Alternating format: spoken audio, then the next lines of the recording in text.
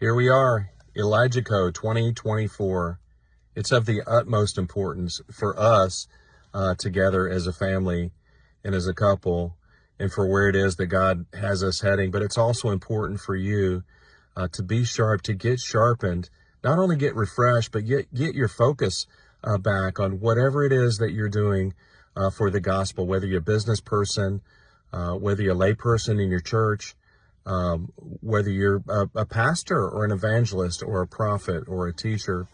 You know, coming into this, I was reading just this morning in Ecclesiastes 10:10, and it says the following: if the axe is dull and one does not sharpen the edge, then he must use more strength.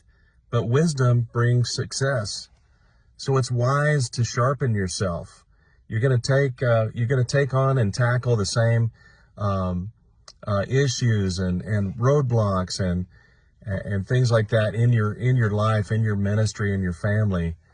Why not get sharpened so you don't have to wear yourself out? And then I want Holly to talk about being worn out. You're not worn out, are you? No, I'm always exhausted. But before I say what I'm going to say, you need to like, share, and subscribe, because what I'm going to tell you really encouraged me, and I know this is going to be an encouragement for you. So if you're approaching 50, I'm 56. If you're approaching, I'm 61. If you're approaching 50 or above, then you're definitely going to want to hear this. Okay? So be encouraged.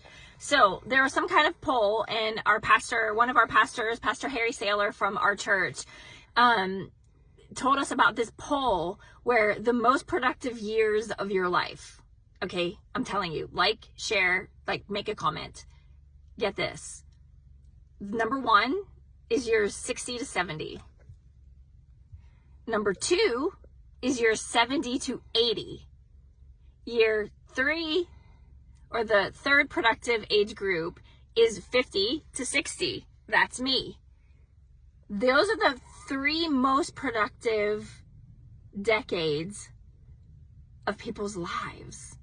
So I'm here to encourage you that whatever God has called you to do it. Take a step forward. If you take one step every day for 365 days, that's 365 things that you've accomplished. 15 minutes a day, do it. This is what the scripture says. Let's bring it back to the scripture. But you be watchful on all things, endure afflictions, because man, in ministry, there are some afflictions. Do the work of an evangelist and fulfill your ministry. That's found in 2 Timothy 4:5. I read the New King James Version. So whatever it is that you're called to do, be encouraged, no matter what age you are. If you find us and you're in your 20s, your 30s, your 40s, just know that there is so much more ahead of you. If you're in your 50s, your 60s, and your 70s, know that God is not done with you yet. You're just getting warmed up. So go, run your race. Maybe you have to walk a little slower, but hey, run your race and be excited, because God has more for you than you can think or imagine.